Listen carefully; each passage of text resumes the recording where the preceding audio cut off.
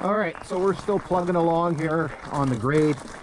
You can see we're starting to make a turn, and so the grade is going to head south here for a little bit, and then it's going to turn east, unfortunately probably right into the sun. So our next stop is coming up here in a few hundred meters, and I'll just ride you through that.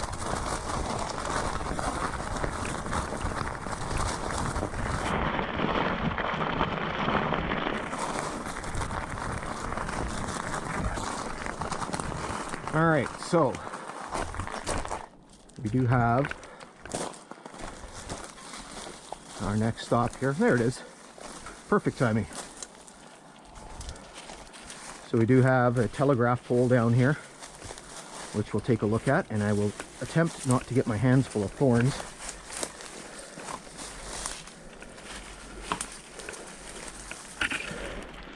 This one does have quite a number of insulators still on it. Let me get the helmet off here.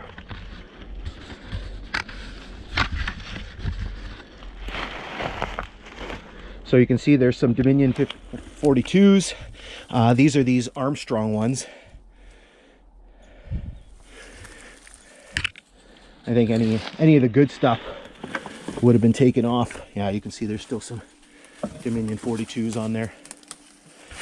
All right, so back up onto the grade. Try to get away from the thorns here. All right, so we have another telegraph pole coming up here shortly, and I'll zip you ahead to that.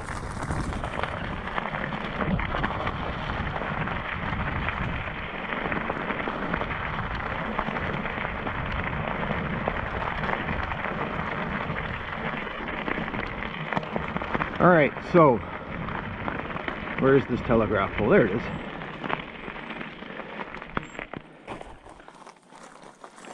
I don't think we're going to run down and take a look at this one.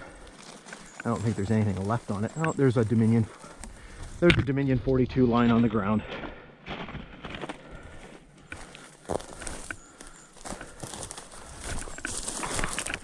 I think a broken one. Yeah, it's broken. So our next stop is coming up in a few hundred meters, and so I will zip you ahead to that. Now I'm going to preemptively apologize because you're going to start getting some sun and some glare in the screen. There's not much I can do about that. The grade is going to turn east here, and we're going to be right into the sun, and there's not much I can do about that. It would have been nice if it was a cloudy day, but beggars can't be choosers.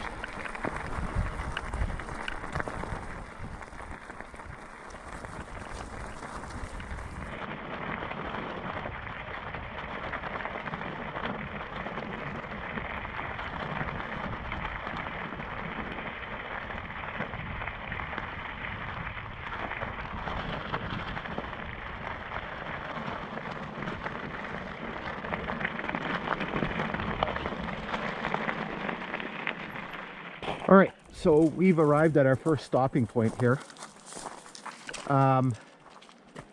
You'll notice that it's kind of we're on a big embankment here. We're about to go into a rock cut.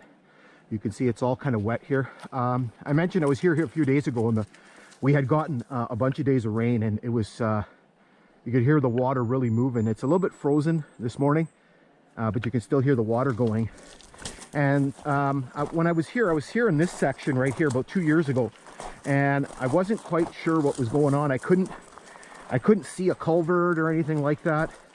So what we're going to do is we're going to drop down and take a look at what's going on here, and try to kind of figure out this little mystery here. Okay, so we've made our way down below the level of the grade. We're probably about 20 feet down. You can see the grade up there. So what we have here, I was here 2 years ago, and I could hear running water, but I couldn't see a culvert or anything. And then when I was here a couple of days ago, I came down here and I saw the exact same thing. Basically, you have water kind of flowing in between the rocks. So what I'm guessing here is some sort of stone culvert underneath this embankment. You can see that there's spots here where the water is kind of all flowing through. That one there is probably the one of the biggest ones, but I see some more over here.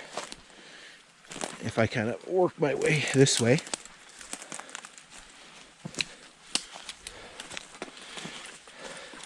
And so you can see the water kind of flowing in between the rocks here. So again, I don't think this is kind of doing this on its own. I think this was done on purpose to get the water flowing underneath here. Very unusual. Again, I've never kind of seen this type of arrangement. And again, you can see how much more water is kind of flowing through over here. Okay, so what we're going to do is we're going to head our way back up and then continue pushing our way. You can see all the discarded ties down here. We're going to, actually, let's take a look at this one before we head up. There's a tie plate and the spike's still stuck in it. Trying to see if that says anything on there. Just says 115 pound, 1966. Okay, so we'll head back up and then just continue pushing our way kind of southwardly. All right, so we're leaving those culverts behind, and so what we're doing here is we're now pushing kind of easterly, and we're going to be entering a fairly large rock cut. I'm trying to turn my head to the side a little bit here so you guys don't get a face full of glare. And I'm going to walk you kind of through this cut here because it's going to be hard for me to bike because I'm going to have to keep my head. I'll crash. Let's put it that way. So you can see the nature of this cut. It's very, very high. Again, you can see that red, soft, shale-like material. It's very high. It's well up there, probably, I'd say a good 30, 35 feet, if not more. You can see there is a bit on the north side, I guess. Again, you can see the nature of that rock. It's very soft. Here you can see this cut this part of the cut really well. Hopefully without too much glare. And you can see the height of it. So basically what we're doing here is this is where the rail line turns and heads south and makes this big kind of loop around part of the rock ridges of the Sibley Peninsula. The Sibley Peninsula is this big chunk of land that juts out into Lake Superior. And at the very, very tip, there's a very famous rock formation that is called the Sleeping Giant. And you get a very, very good view of it from my hometown in Thunder Bay. And so to try to get around these rock ridges, the railway engineers, it would have been very difficult to go through it. The best route to the north had already been taken up by the Canadian Pacific Railway, who had built through the area in 1884, 1885. So basically they had to run around these rock ridges, and it basically added about 5 miles to the line by going around this. And another hike we're going to get down to just to the south of us is a place called Pass Lake. And basically Pass Lake is called that because that was the route that the railway would have taken through the area, right? It was originally known as the Pass. All right, so we'll just keep moving along here.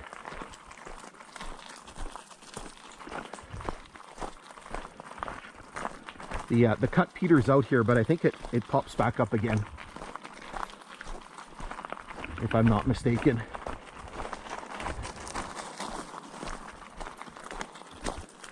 And we're going to be coming to the end of our exploration for today soon.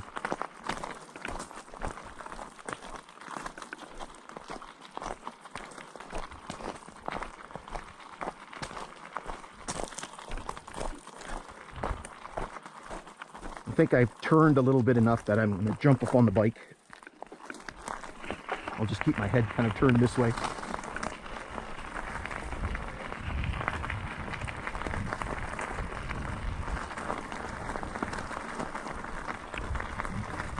Here you can see where we got quite a bit on the, now I guess would be the east side. And you can see again that rock cut resumes. Not as high, but again, same type of rock. You can see it really, really well here and how it all erodes.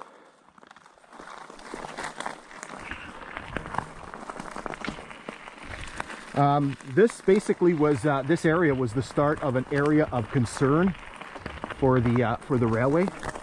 On some of the rail time cards, the employee time cards, they actually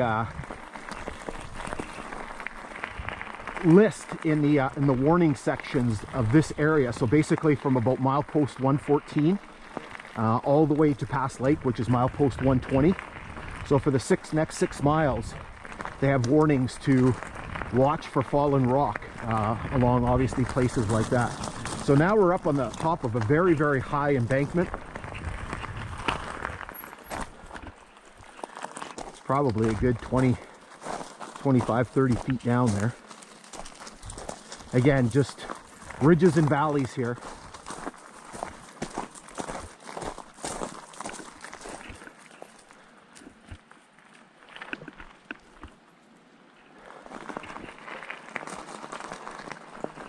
Here running water, and I'm trying to see if there's a culvert in here somewhere.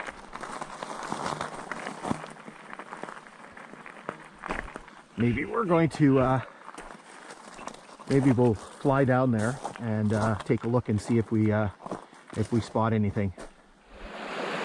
Okay, so we're down here below the level of the grade. We're probably about 35 feet down, and actually I'm kind of glad that we came down here to have a look. Because basically we have this concrete bridge here. We have this concrete structure, this concrete culvert. Try to get my dog out of there. Luna, come on out of there. So we have this concrete structure here. It looks a little bit, the bottom part is deteriorated a little bit, but the top part looks in fairly decent shape. So it might be a slightly newer structure. Definitely not in my opinion, definitely not original. There is no date stamp on here, which is a little bit of a head scratcher because on some of the newer structures, they do have a date stamp on there. And so this one doesn't, which is kind of very, very, very unusual. So what we're going to do is we're going to jump the grade and we're going to go take a look at this from the other side. Okay, so we made our way down to what would be the northwestern corner of this structure, and you can kind of tell it's the northwestern corner because there's still some patches of snow here and ice, and so you can see this. You can see this structure. I'll try to get a little bit closer. What's neat in there, I don't know if you can see it. You can see it from the side. You can actually still see the pins from the forms in there. Again, no date stamp or anything on there. The concrete work is a little bit better shape. Again, if I have to guess, I'm gonna say not original, but again, very unusual that there's no sort of date stamp or anything like that. Usually anything done sort of Canadian national, you see on a lot of the bridges and stuff, they do have a date stamp. So I'm not quite sure why this wasn't put on there, but you can see that there's been some work done to it. So this top cap looks like it's been completely redone. It is a different color. You can see that on the camera. Okay, so we're going to make our way back up to the grade and continue pushing our way kind of to the south, I guess, towards Pearl Station.